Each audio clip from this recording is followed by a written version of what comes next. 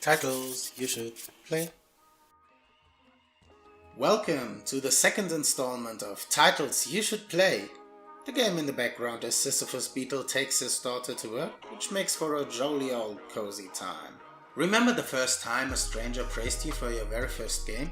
I remember, because it was only earlier this year. It was such an amazing feeling, seeing all of those talented people wishing you sincerely the best with your newfound passion. This is why I try to concentrate on the positives with jam games. I really want other people to feel the same way I did and still do to a certain extent. And this is why I fell in love with Ludum Dare so much. Sure, giving valuable feedback on stuff that can still be improved may be even more important. But I chose this other niche. I want to motivate you and make you feel good about yourself. But before I bore you too much, let's move on to the other games.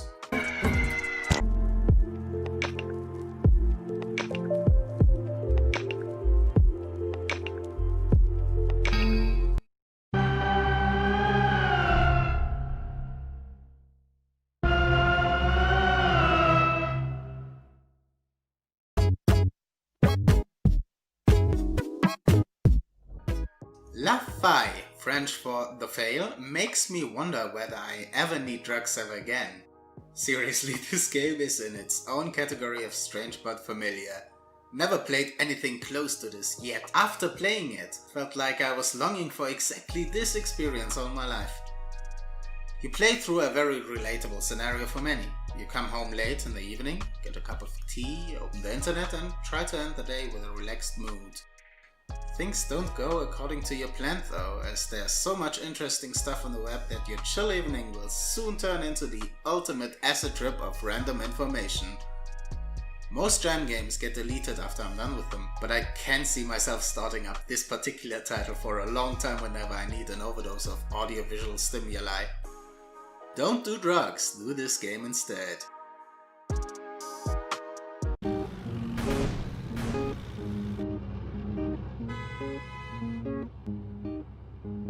If you're stuck in home office and want to reminisce about how great it felt driving to work and getting stuck in a traffic nightmare instead, or perhaps even want to relive your favorite road rage moment, blaming everyone else but yourself for that one almost accident whenever someone cuts into your line with no warning whatsoever, fret no more, this title was made just for you.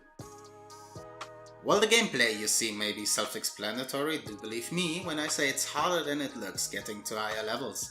You may damage your car 3 times total before it's game over, and the damage counter will not reset with the level transition. Just like in real life, you are stuck with your malformed car, there's not much room for failure at all.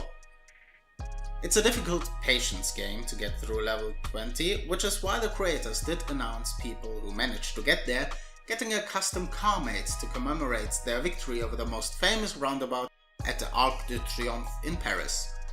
The relaxing background music will help with finding your inner peace though, as will the fun mode to get all of your frustration out with satisfyingly exploderizing those annoying vehicles getting in your way. Drive now before the traffic goes rien ne marche plus.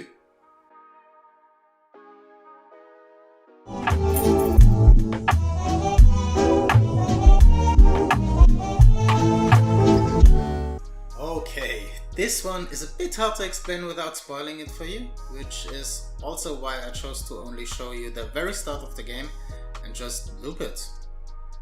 So, this house looks familiar. It's an atmospheric horror game that is heavily reliant on its narrative. The objective is simple: get the key and open the door. Where does the door lead to, you may ask? Can't remember honestly. I do remember the beautiful music though. This game will be an instant classic for fans of the caretakers everywhere at the end of time especially. Give me a leg up and tell me where the door leads to, will ya? You think 5 levels are not enough? Come on, it's just a jam game, and the concept has already made my creator work without sleep for 3 days. Creeds will not only win you over with its great humor, but also captivate you with smooth gameplay and very clear and robust puzzles. This game feels very complete due to how perfectly every aspect making the game fits together. The sound design and music is on point and never overstays its welcome, the art style is very distinct and detailed, and, most importantly, the game is incredibly intuitive for the rather complicated mechanics introduced, all in all making for a fun puzzle platformer. Like I said in a previous episode, I'm not big on pixel art, and I'm not big on puzzle platformers either, but seeing stuff like this just breaks my bias every time. Stop denying and start accepting the pixel robot waifu religion.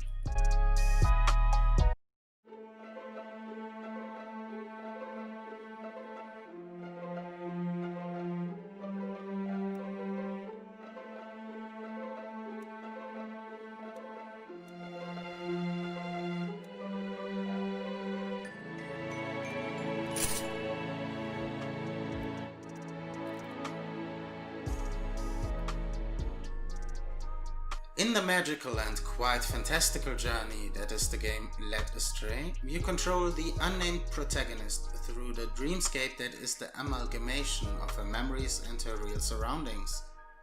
To be fair, it's hard to say whether you walk in an enhanced version of reality or kind of the other way around, in a reality-like dream of the protagonist. But this very openness to interpretation is what makes this game such a sentimental and contemplative experience. Everything in this game has this very, very lovely feeling to it. Be it the idle animation of the protagonist, the drawn props symbolizing certain memories, the animals helping you along the way, or the incredibly gorgeous soundtrack. This comfy feeling of childlike bliss and wonder is contrasted greatly with the dark subject matter at hand, and even goes further than that. It leads the player to actually believing and feeling that everything is just wonderful, thus living up to its very title. You were just led astray. I genuinely loved this game for a lot of reasons. It achieved delivering a story in exactly the same way I wanted to deliver mine this LD. Just way better and prettier and better. Thank you Led Astray for showing me how it's done.